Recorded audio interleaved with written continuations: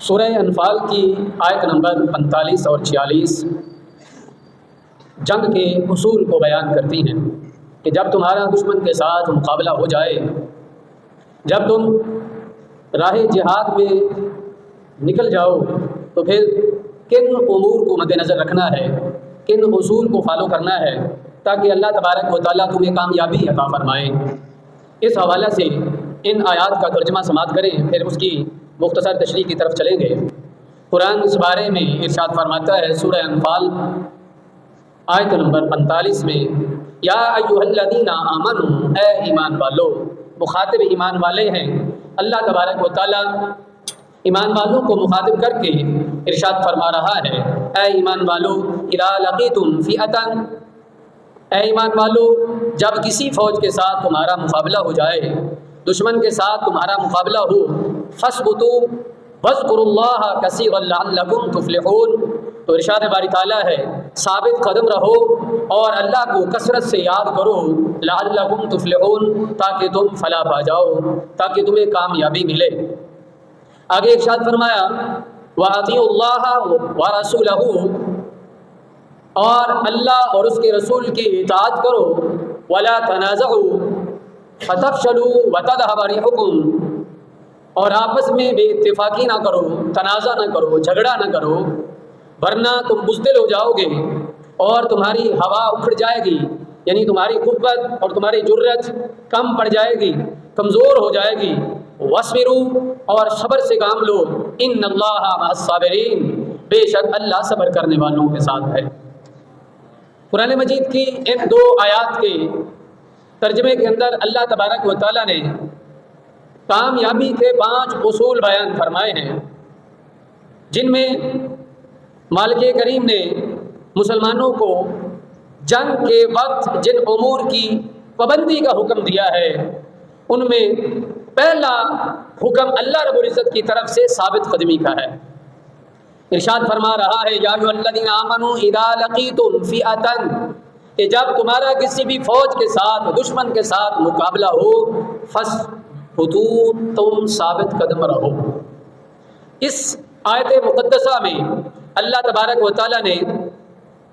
پابندی لگائی ہے کہ جب تمہارا مقابلہ ہو جائے تو پھر ثابت قدم رہو، پھر بزدلی کا مظاہرہ نہ کرو، پھر میدان چھوڑ کر بھاگو نہیں، کہ چاہے تمہارا جانی مالی نقصان ہو جائے، کہ اے مومنو جب تمہارا مقابلہ ہو جائے تو پھر پیچھے مت ہٹو۔ نبی کریم صلی اللہ علیہ وسلم کا خوبصورت ارشاد ہے، میرے کریم آقا علیہ السلام نے ارشاد فرمایا جنگ کی تمنا نہ کرو، کہ جنگ کی خواہش نہ کرو۔ یہ حدیث مبارکہ رسول اللہ صلی اللہ علیہ وسلم نے فرمایا، لیکن پہلے جنگ کی تمنا نہ کرو، خواہش نہ کرو، عافیت اور سلامتی کی دعا مانگتے رہو، مگر جب جنگ مسلط کر دی جائے، جب جنگ ہو جائے تو رسول کریم صلی اللہ علیہ وسلم نے ارشاد فرمایا، پھر فرمایا کہ پھر جان لو، پھر جب دشمن سے مقابلہ ہو جائے تو راہ خدا میں جہاد کرو، بھاگو نہیں، کیونکہ فرمایا بلا شبہ جنت تلواروں کے سائے کے تلے ہے۔ قرآن مجید نے جو ہمیں اصول دیا، قرآن مجید کی پہلی آیت جو میں نے سورہ انفال کی پڑھی، یا ایھا الذین آمنوا اذا لقیتم، آیت نمبر 45، جس میں اللہ تبارک و تعالیٰ نے کامیابی کا پہلا اصول بیان فرمایا، فرمایا ثابت قدمی، ثابت قدمی رکھو، بزدلی نہ دکھاؤ، بھاگو نہیں۔ جنگ موتا جب نبی کریم صلی اللہ علیہ وسلم نے اپنا ایک قاصد بھیجا روم میں، تو شاہ روم کے گورنر نے اس قاصد کو شہید کر دیا۔ جب اس قاصد کو شہید کر دیا گیا تو رسول اللہ صلی اللہ علیہ وسلم نے صحابہ کرام کا 3000 کا لشکر تیار فرمایا، اور 3000 کا لشکر تیار کر کے رسول اللہ صلی اللہ علیہ وسلم نے اس گورنر کے ساتھ جنگ کرنے کے لیے اس کو روانہ فرمایا۔ اب ثابت قدمی دیکھیے کہ صحابہ کی ثابت قدمی کیا تھی۔ قرآن مجید کی آیات کو سامنے رکھتے ہوئے صحابہ اپنے قدموں پر کیسے جم کر استقلال کے ساتھ، استقامت کے ساتھ نبی علیہ الصلوۃ والسلام کے فرمان کے مطابق اللہ تبارک و تعالیٰ کی راہ میں جہاد کرنے کے لیے نکلتے، اور اللہ تبارک و تعالیٰ ان کو فتح بھی عطا فرماتا اور رب ان کی مدد بھی فرماتا۔ جنگ موتا کے اندر جب یہ 3000 کا لشکر صحابہ کا جب موتا کے مقام پر پہنچا تو آگے کیا ہوا کہ وہ رومی 2 لاکھ کا لشکر تیار کر کے پہلے بیٹھے تھے. اب کہاں 3000 کا لشکر اور کہاں 2 لاکھ کا لشکر. ایک جانب وہ 3000 کے افراد جن کے پاس اسلحہ بھی کم ہے، تعداد بھی کم ہے، جنگی آلات بھی کم ہیں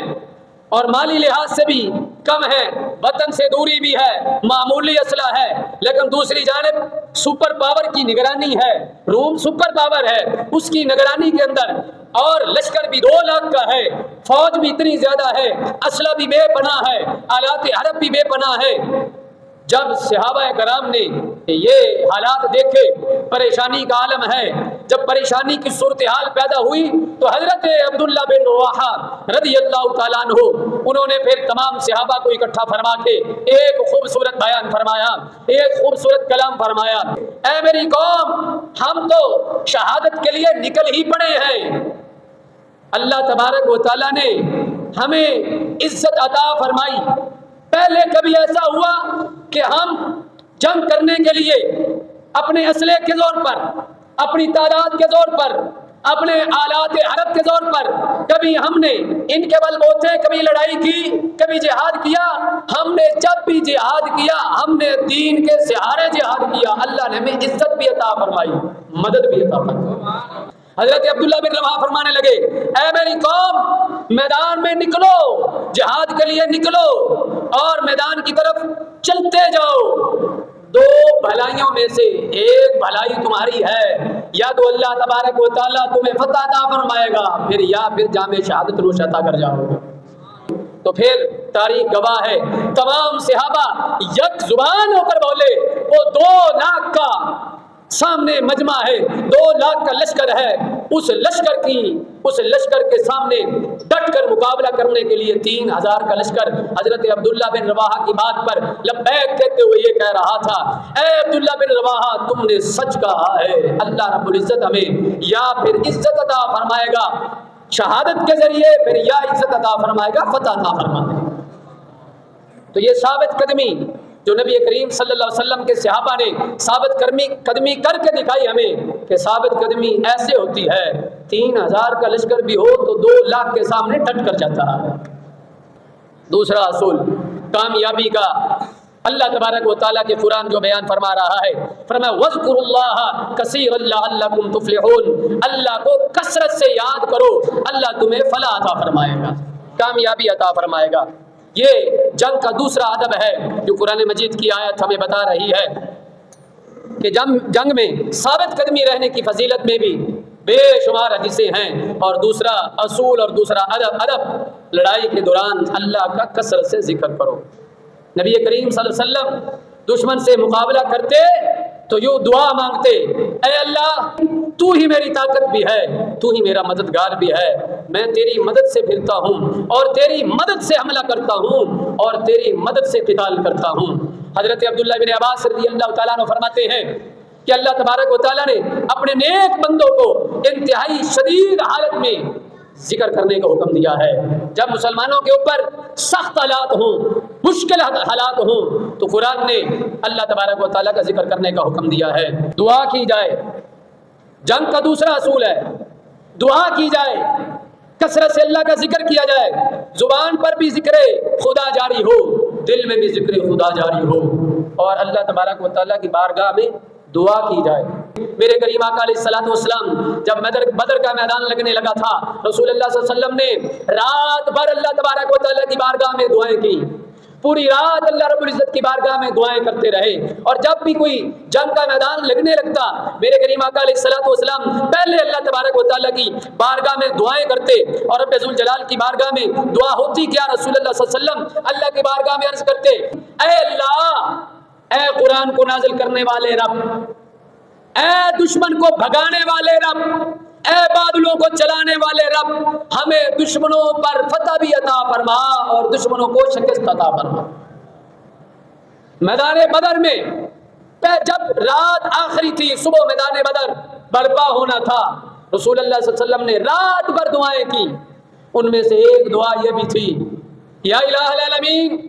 قریش مکہ تکبر کی وجہ سے آ چکے ہیں، یا مولا کریم قریش مکہ اپنے اوپر فخر کرتے ہوئے، اپنے مال پر فخر کرتے ہوئے، یا الہ العالمین اپنے مالی اور عددی اعتبار سے تکبر و فخر کرتے ہوئے، اور یا مولا کریم تیرے ساتھ دشمنی کرتے ہوئے، تیرے رسول کے ساتھ دشمنی کرتے ہوئے یہ کفار مکہ آ چکے ہیں، مولا تو نے مجھ سے مدد کا وعدہ فرمایا ہے، وہ وعدہ بھی پورا فرما، یا الہ العالمین ہمیں ان کافروں کے اوپر فتح عطا فرما۔ تو پتہ چلا دعا بھی اللہ تبارک و تعالیٰ کی بارگاہ میں کرنی ہے ساتھ ساتھ، اور دعا کے اندر ان جوانوں کی ثابت قدمی کی دعا اور دشمنوں کے نیست و نابود ہونے کی دعا، اور اللہ تبارک و تعالیٰ کی بارگاہ سے مدد طلب کرنے کی دعا، رب کی بارگاہ میں فتح حاصل کرنے کی دعا اور دشمنوں کو شکست فاش ہونے کی دعا کرتے رہنا، یہ بھی اللہ تبارک و تعالیٰ کے قرآن کا حکم ہے۔ تیسرا اصول جو ہمیں قرآن نے بتایا ہے، سورہ انفال کی آیت نمبر 46 کے اندر اللہ تبارک و تعالیٰ آگے ارشاد فرما رہا ہے، فرمایا وَأَطِیعُوا اللَّهَ وَرَسُولَهُ، دوران جنگ اللہ اور اس کے رسول کی اطاعت کرتے رہو۔ اطاعت ہر وقت ہے، لیکن خاص طور پہ جنگ کے دوران بھی اللہ تبارک و تعالیٰ نے علیحدہ اصول بیان فرمایا، فرمایا وَأَطِیعُوا اللَّهَ وَرَسُولَهُ، اور اللہ اور اس کے رسول کی اطاعت کرتے رہو۔ اگر اللہ اور اس کے رسول کی اطاعت نہیں کرو گے تو جنگ احد کا سارا واقعہ ہمارے سامنے ہے۔ جنگ موتا کے اندر جس میں حضرت عبداللہ بن رواحہ نے وہاں جا کر تقریر کی تھی، جب یہ لشکر جانے لگا، جمعے کا دن تھا، فجر کی نماز کے بعد نبی کریم صلی اللہ علیہ وسلم نے اس 3000 کے لشکر کو روانہ فرمایا، موتا کی طرف روانہ فرمایا۔ اب جب موتا کی طرف یہ لشکر جانے لگا، لشکر روانہ ہو گیا، حضرت عبداللہ بن رواحہ نبی کریم صلی اللہ علیہ وسلم کے درباری شاعر بھی ہیں، بہت خوبصورت شاعر بھی ہیں، حضرت عبداللہ بن رواحہ کہتے ہیں میں نے سوچا جمعے کا دن ہے، جمعہ کی نماز نبی کریم صلی اللہ علیہ وسلم کی اقتداء میں پڑھوں گا، آقا علیہ الصلوۃ والسلام کے پیچھے نماز ادا کر لوں گا، اور نماز ادا کرنے کے بعد تیز تیز چلتا ہوا اس مجاہدین کے ساتھ مل جاؤں گا۔ جب نبی علیہ الصلوۃ والسلام نماز جمعہ کے لیے تشریف لائے، حضرت عبداللہ بن رواحہ نے مسجد نبوی کے اندر نماز جمعہ ادا کی۔ نماز جمعہ ادا کرنے کے بعد نبی کریم صلی اللہ علیہ وسلم نے جب حضرت عبداللہ بن رواحہ کو دیکھا اور پوچھا اے عبداللہ بن رواحہ پیچھے کیوں رہ گئے ہو؟ حضرت عبداللہ بن رواحہ نبی کریم صلی اللہ علیہ وسلم کی بارگاہ میں عرض کرنے لگے یا رسول اللہ صلی اللہ علیہ وسلم، دل کے اندر خواہش پیدا ہو گئی، تمنا یہ تھی کہ آپ کی ابتدا میں نماز ادا کر لوں، آپ کی ابتدا میں جمعے کی نماز ادا کروں۔ یا رسول اللہ میں نے آپ کے پیچھے جمعہ پڑھنے کے لیے رکا ہوں، اور ابھی جمعے کے بعد میں فوراً تیز تیز چلتا جاؤں گا اور مجاہدین کے ساتھ مل جاؤں گا۔ اب یہاں پر حضرت عبداللہ بن رواحہ رضی اللہ تعالیٰ عنہ کی نیت کے اندر کسی قسم کی اور کوئی بات نہیں تھی، نہ کوئی دنیاوی مفاد تھا اور کوئی فائدہ نہیں تھا، صرف اور صرف وہ دگنا ثواب لینا چاہتے تھے کہ مجاہدین والا ثواب بھی مل جائے، نبی کریم صلی اللہ علیہ وسلم کے پیچھے نماز ادا کرنے کا ثواب بھی مل جائے۔ لیکن جب آقا علیہ الصلوۃ والسلام نے پوچھا کیوں رہ گئے ہو، جب یہ عرض کر دیا یا رسول اللہ وجہ یہ تھی، تو آقا علیہ الصلوۃ والسلام نے ارشاد فرمایا اے عبداللہ بن رواحہ سنو، جنہوں نے صبح کے وقت میرا حکم سنا اور صبح کے وقت میرا حکم سننے کے بعد جو جنگ کے لیے چلے گئے، مجاہدین چلے گئے، اے عبداللہ بن رواحہ تو ساری دنیا کی دولت اکٹھی کر کے خرچ کر دے، پھر بھی اللہ تبارک و تعالیٰ تمہیں وہ ثواب عطا نہیں فرمائے گا جو مجاہدین کو میری اطاعت کرنے پر مل چکا ہے۔ نبی کریم صلی اللہ علیہ وسلم نے فرمایا اے عبداللہ بن رواحہ وہ ثواب جو وہ پا چکے ہیں، اب تو میرے پیچھے نماز بھی پڑھ گیا، اب تو نے جمعے کی نماز بھی ادا کر لی ہے، لیکن اس ثواب کو نہیں پہنچ سکا جو اللہ تبارک و تعالیٰ نے ان کو میری اطاعت جہاد کے اندر میری اطاعت کرنے کی وجہ سے جو ان کو مل گیا ہے، تو دنیا سا بھر کی دولت خرچ کرے پھر بھی تجھے وہ ثواب نہیں مل سکتا۔ اگلا اصول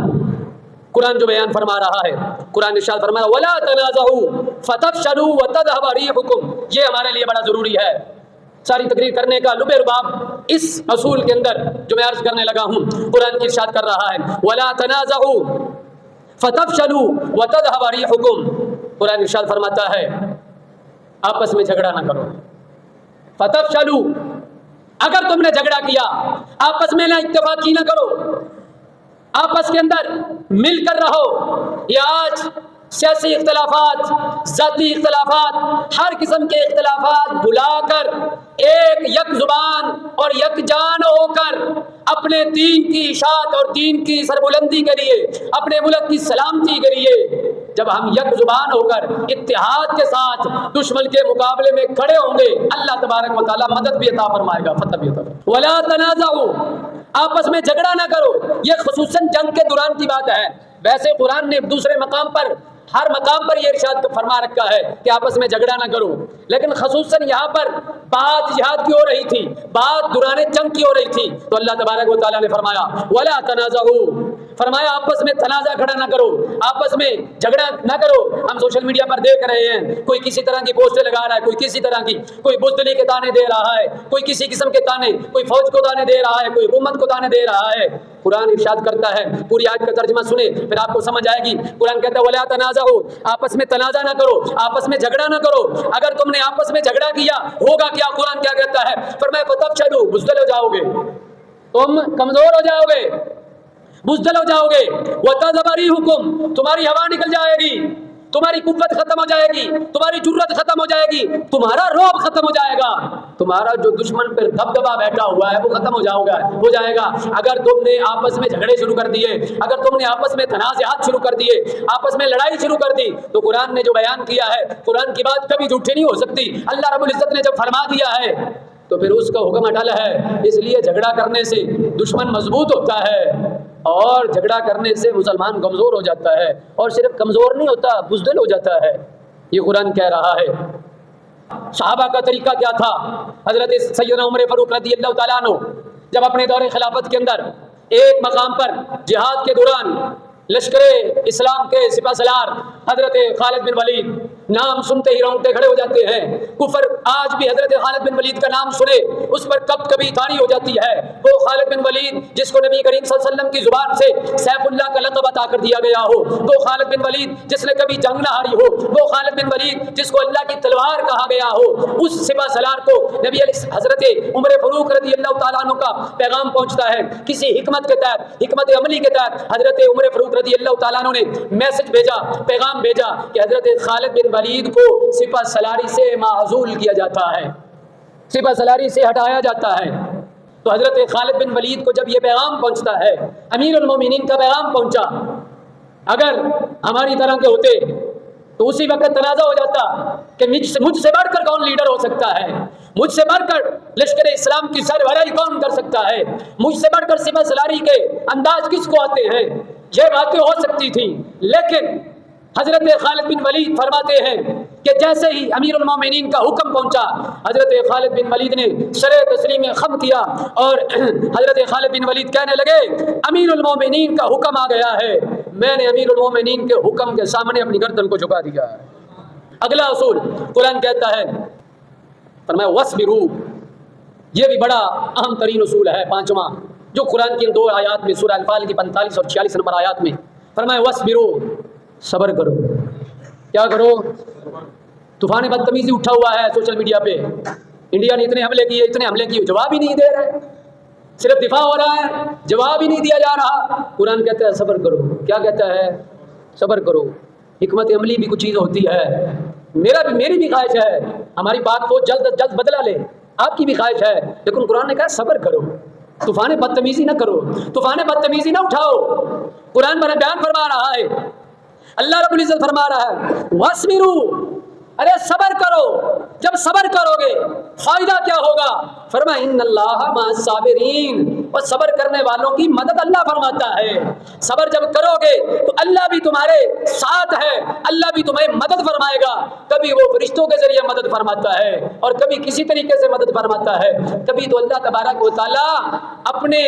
بے شمار اس مخلوق کے ذریعے مدد فرما دیتا ہے جس مخلوق کو ہم جانتے بھی نہیں ہوتے،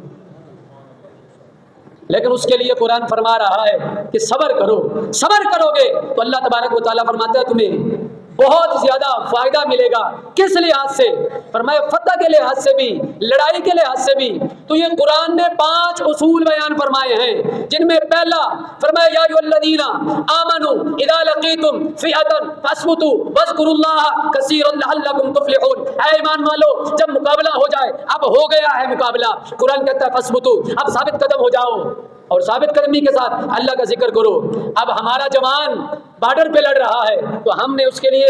ذکر بھی، اللہ کا ذکر بھی کرنا ہے، اللہ کی بارگاہ میں دعا بھی کرنی ہے۔ آگے قرآن کہتا ہے واطیعوا اللہ ورسولہ، اللہ اور اس کے رسول کی اطاعت نہیں چھوڑنی، نماز نہیں چھوڑنی، اللہ تبارک و تعالیٰ کی بارگاہ میں اپنے آپ کو جھکاتے رہو، گڑ گڑا کر دعائیں بھی مانگتے رہو، نمازیں بھی پڑھتے رہو، قرآن کی تلاوت بھی کرتے رہو۔ ولا تنازعوا فتفشلوا وتذهب ريحكم، اور آپس میں جھگڑا نہ کرو، آپس کے اندر کوئی فتنہ نہ کرو، تنازع نہ کرو، واصبروا، اور ثابت قدم اور صبر کرتے رہو، اللہ تبارک و تعالیٰ تمہاری مدد بھی فرمائے گا، تمہارا ساتھ بھی عطا فرمائے گا۔